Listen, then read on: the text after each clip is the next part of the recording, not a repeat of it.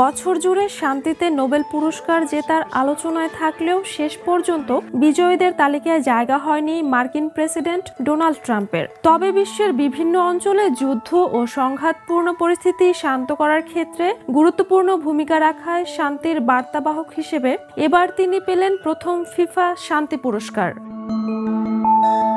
৫ December Washington ডিসির John F Kennedy সেন্টারে বিশ্বকাপ ২০২৬-এর ড্র অনুষ্ঠানে ট্রাম্পের হাতে ট্রফি, সোনালী পদক ও সনদ তুলে দেন ফিফা প্রেসিডেন্ট জিয়ান্নি ইনফান্তিনো। তিনি বলেন, যেমন ফুটবল বিশ্বকে এক করে, তেমনি শান্তির বার্তা ছড়াতে ট্রাম্পের ভূমিকা বিশেষভাবে উল্লেখযোগ্য। পুরস্কার পেয়ে ট্রাম্প দাবি করেন, পৃথিবী এখন আগের থেকে অনেক নিরাপদ। আমরা লাখো জীবন বাঁচিয়েছি, কঙ্গো থেকে শুরু করে ভারত পাকিস্তান পর্যন্ত।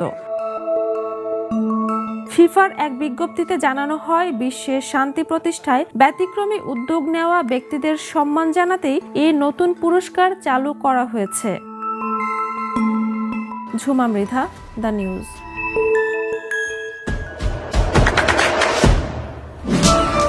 দেশে দেশে সবার সাথে দ্য নিউজ।